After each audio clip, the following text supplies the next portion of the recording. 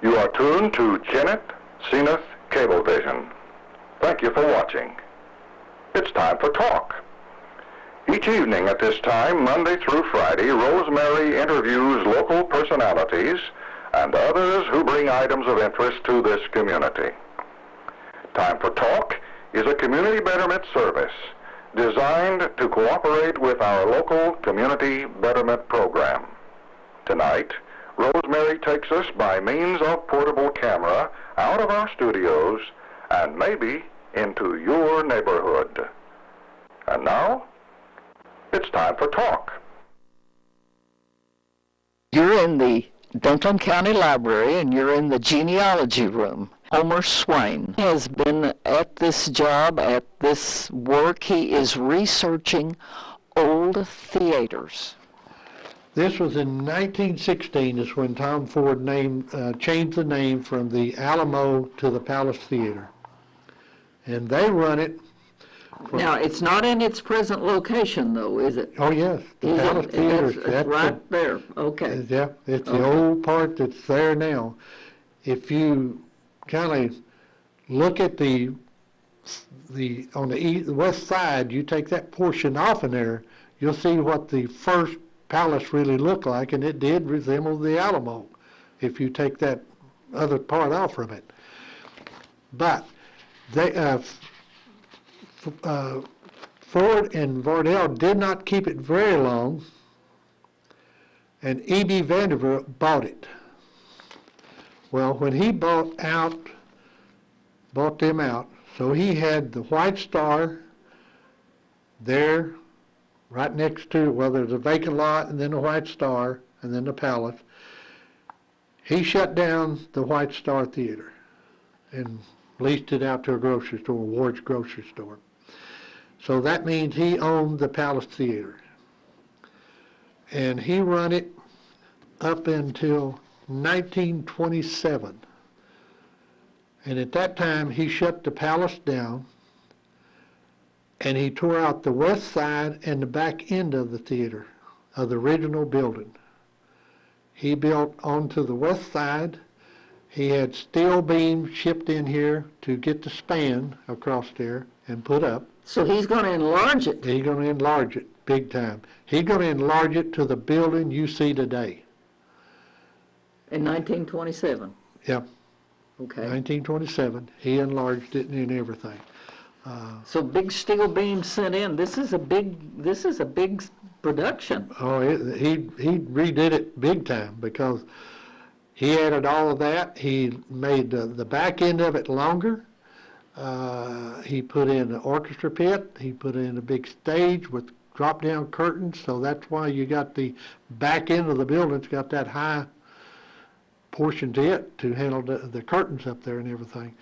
And then he remodeled this whole thing, and it in the papers states exactly what it looked like and what all he did to it.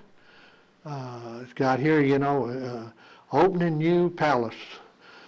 This was in December the 20th, 1927. He's going to open it up.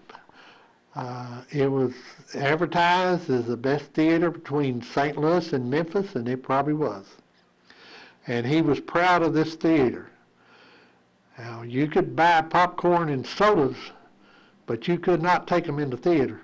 You eat them in the lobby. Oh, really? Yeah. He was proud of the building, wasn't he? He sure was. Oh. And in a year prior, they did about anything like the Palace. They had graduations there. They had the Kennett would put on their school plays there. They had people coming in all over the place. If they could book them, they had them come in there because you had a facility was probably as good as anything. Between St. Louis and Well, it was probably as good as anything they had in St. Louis or Memphis and that because you had orchestra pits, you had a big, huge stage back there. They could put on plays. They could do about anything you wanted to with the thing. And you think the St. Louis company was still coming in with plays to put on at that time? They did just a few, but a lot of it was like I know one time the Westminster at Fulton brought in their glee club and sang. The okay. politicians would come in and campaign okay. there. Anything back then that they figured that they would bring in. So it was the place for any public thing that you needed to rent to seat a lot of people. Yep. Oh, okay. They would, different things. Palace Theater, 1927, yes. This was showing the advertisement for the glee club coming in and playing at the Palace. And like I say, they would have, stuff like that. People wanted brought in, and he would do that. And they, At the Palace this week, let's see. yeah, Yeah. he would advertise the whole week in the paper of, the shows. Can and you that. can you see the week's line up there? Yeah, tip it just a little, it's glaring. Get there? That's good. This was also showed the great Gilbert and everything. After the movie, they would brought in people like that. And this was a stunt contest. They would have, you could go in there and do different stunts, do different things. They compete in a contest. Anything to pull in an audience. Pull in an audience. Yeah. And everything. And then one of the things that Oh, look at that. yeah. Here, let me take this off of here. One of the things that I always want to point out, and all of the Kennett City Councilmen, listen to me. You have never made no decision like these people back then did. Believe me, you didn't.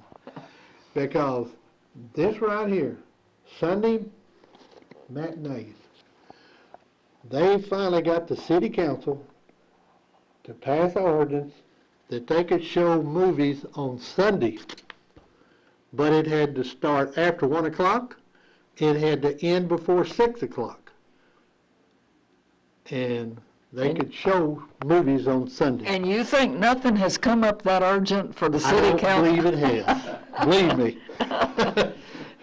and that was in 1929, 29, yeah, 29. 1929. Talking picture shows. Yep. I remember my mom would send somebody to read for me Yeah. before school started. They started the talkies. In which 1930. That changed everything when they started the talkies. The Palace had talking pictures of January of 1930. That was when they first advertised 1930. First 1930. one's in Kennett. in Kennett. Now, what I've seen in the Duncan Democrat is Malden might have had them a year or 2 years before that. Now, that was up there. But the Palace was 1930, and they had big advertisement. And what was the first thing that came here? The Talking Pictures, Fast Company, the Palace opened in January. The Fast Paramount, All Talking Comedy, Fast Company, and he did his best. That's what they advertised. And we got any stars' names or anything? Maybe let me look over here. I don't see anything here. The only thing that it struck me is the Showtime Sunday matinee from 1:30 to 3. Oh, you talked about the fact that, boy, the council had to vote to let that happen. That's right. Then Monday nights, it was like 6:30 to 8. Okay. So. Okay, admission was like 20 cents and 40 cents. Ooh, well, that admission. They done jacked up the price. Yeah, yeah. Okay. What they did on the talkies and everything.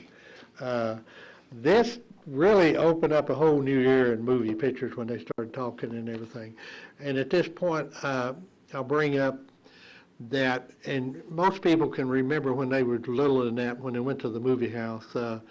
I remember the dime tied up in the end of my handkerchief, Yeah, and my yeah, mom would pay somebody to go and read to me. Yeah, and most times, like on Saturday, That was it. Saturday. you didn't worry about, well, when the show started, because the show started probably 10 or 11 o'clock in the morning, and they just kept showing it over and Yeah, over sometimes and I'd over. stay see it twice. So you would just sit in there till you come in to where you come in, you seen it, and you'd get up and leave. And really the seating was designed for that too back then, because you remember the Palace at that time had 4 aisles in it. It had aisles on each side, and there was 2 in the middle, divided them off. So people could get in and out without disturbing everybody else.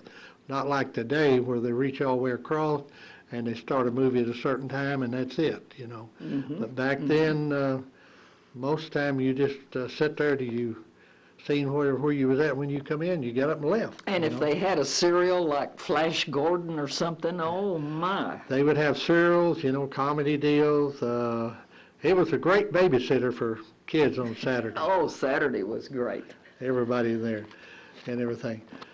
And then, you know, the next thing that really happened to the palace is Vanderbilt redid it again in the 30s. He more or less just fancied it up, redecorated inside, and like that, just kind of remodeled the thing in 1938, somewhere in there. I see a thing, local theater has operated 30 years. Now, yeah. that was the Palace. That was, well, Now, is that what it states here is it really, this article is about E.B. Vanderbilt, who has the Palace Theater on First Street. It was in 1908 that he opened the first show house in a building on South Main Street, and that was, at that time, was his first Star Theater he opened up. Okay, we've on talked Main about Street. that, yes. And yes. that was on it. And about the same time he started in 1908, Maynard had built another theater right there next to him, was called the Alamo, which later, after this was Star One, Star in the Alamo One. Then both of them built theaters on First Street, and they called them the Star Two and the Alamo Two. Now, this is amazing to me that they would keep building theaters just side by side. Was there, they weren't in collusion with I each don't know. I guess one was just going to outdo the other one or something. But it's kind of amazing. They had the Star Theater, the building's still there today, which is the white building right there before you get to the Palace. But that lot in between the Star and the Palace, again, far as I know, has never anything really been built on that thing. Now, you did say they would have tents and... They would have tents in there, but it was temporary stuff. Okay. But any permanent structure never was built. That is there. odd, right there off the square. That was premium area. Well, okay. And then Vanderbilt later bought the Palace.